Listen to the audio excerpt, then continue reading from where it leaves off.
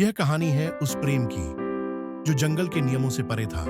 एक ऐसा बंधन जो शिकारी और शिकार के बीच था, लेकिन फिर भी सबसे पवित्र था।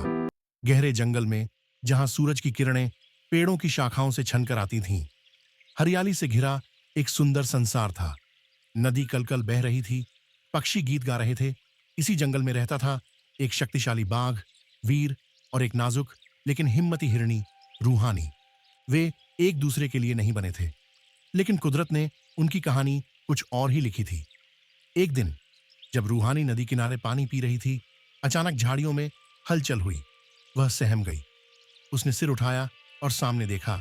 वीर अपने सुनहरे आंखों से उसे देख रहा था, पर उसमें शिकारी की भूख नहीं थी। उसमें कुछ और था, कुछ ऐसा जो रूहानी को रोकने पर मजबूर कर रहा था। उनकी नजरें मिलीं और कुछ क्षणों के लिए समय जैसे ठहर गया। समय बीतता गया और जंगल की हवा में एक अजीब सा बदलाव आने लगा।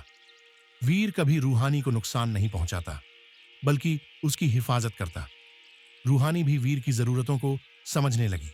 जब जंगल में पानी कम होता तो वह उसे गुप्त जलस्रोत तक ले जाती। जंगल के अन्य जानवर हैरान थे, क्योंकि यह प्रेम जंगल के नियमों के खिलाफ था। पर सच्चा प्यार किसी कायदे कानून का मोहताज नहीं होता। रात आई, शिकारी जंगल में घुस आए, बंदूकें लेकर। वीर बेखबर था, लेकिन रूहानी ने खतरे को भांप लिया। उसने देखा शिकारी वीर पर निशाना साध चुके थे, और तभी गोलियों की आवाज गूंज उठी।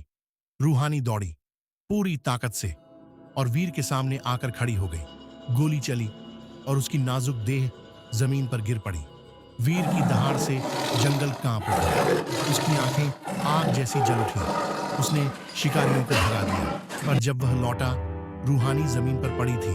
उसकी सांसें हल्की हो रही थीं। वीर ने उसे उठाने की कोशिश की, लेकिन रूहानी मुस्कुराई और धीरे से फुसफुसाई, मैं तुमसे कभी नहीं डरी वीर, मैं सिर्फ तुम्हें खोने से डरती थी। और फिर उसकी आंखें हमेशा के लिए बंद हो गईं। चांदनी में नहाया जंगल जैसे उनके प्यार के गीत गा रहा था। उस रात पूरा जंगल रोया, पेड़ झुके, नदी का बहाव थम गया और वीर की दहाड़ पूरे आकाश में गूंज उठी। आज भी जब रात का सन्नाटा होता है, जब हवा जंगल में गूंजती है, तो कहते हैं वीर और रूहानी की आत्माएं अब भी साथ चलती हैं। एक बाघ और एक हिरणी, जिनका प्रेम जंगल के उसूलों से परे पर सबसे सच्चा था।